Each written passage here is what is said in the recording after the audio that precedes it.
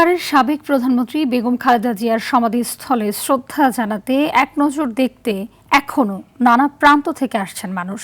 এ বিষয়ে জানাতে রাজধানীর জিয়া উদ্যানে রয়েছেন সহকর্মী সাকিবুর রহমান। আমরা সরাসরি চলে যাচ্ছি তার কাছে। সাকিব, জানাবেন যে বেগম জিয়ার সমাধিস্থলে আসা মানুষরা কি বলছেন এবং জনসাধারণের প্রবেশে কোনো বিধিনিষেধ রয়েছে কিনা এখনো?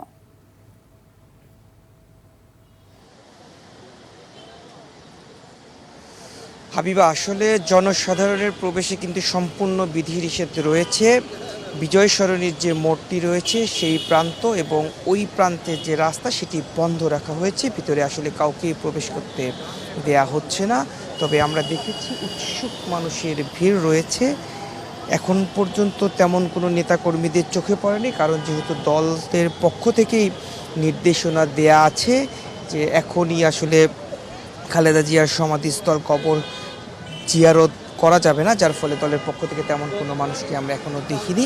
তবে উৎসুক মানুষ এসেছেন, অনেকেই দেখতে এসেছেন। আসলে যেহেতু গতকালকেই খালেদা জিয়াকে এখানে কবর দেওয়া হয়েছে এবং সেই কারণে অনেক মানুষ এখানে উপস্থিত হচ্ছেন, যদি একটু তারা সেই জায়গাটিতে যেতে পারেন, দেখতে পারেন। যেহেতু শহীদ প্রেসিডেন্ট জিয়াউর রহমানের সমাধিস্থলে সাধারণ মানুষ যেতে পারতেন, দেখতে পারতেন, সেই উৎসাহের জায়গা থেকে অনেকে এসেছেন যে হয়তোবা তারা এসে বেগম জিয়ার কবরটিও তারা দেখে যেতে পারবেন। তবে এখন যেহেতু বিধিনিষেধ রয়েছে, ভিতরেও কিন্তু আইনশৃঙ্খলা বাহিনীর সদস্যরা রয়েছে, তারাও সেখানে অবস্থান নিয়েছেন এবং যেহেতু কয়েকদিনের এই বিধিনিষেধ থাকবে এবং বিধিনিষেধ যখন আসলে উঠে যাবে তখন সর্বসাধারণের জন্য এটি উন্মুক্ত করে দেওয়া হবে। তখন আসলে সবাই সেখানে গিয়ে তারা দোয়া করতে পারবে, শ্রদ্ধা জানাতে চাইলে শ্রদ্ধা জানাতে পারবে। তো আসলে এখন পর্যন্ত বলা চলে যে বিধিনিষেধের মধ্যে আছে। এর পরবর্তীতে যদি আজকে সম্ভাবনা নেই এই বিধিনিষেধ খুলে দেওয়ার, কয়েকদিন পরে হয়তো বা খুলে দেবে, সেটিও আমরা দর্শকদেরকে জানিয়ে দিতে পারবো। তো এই ছিল আমার কাছে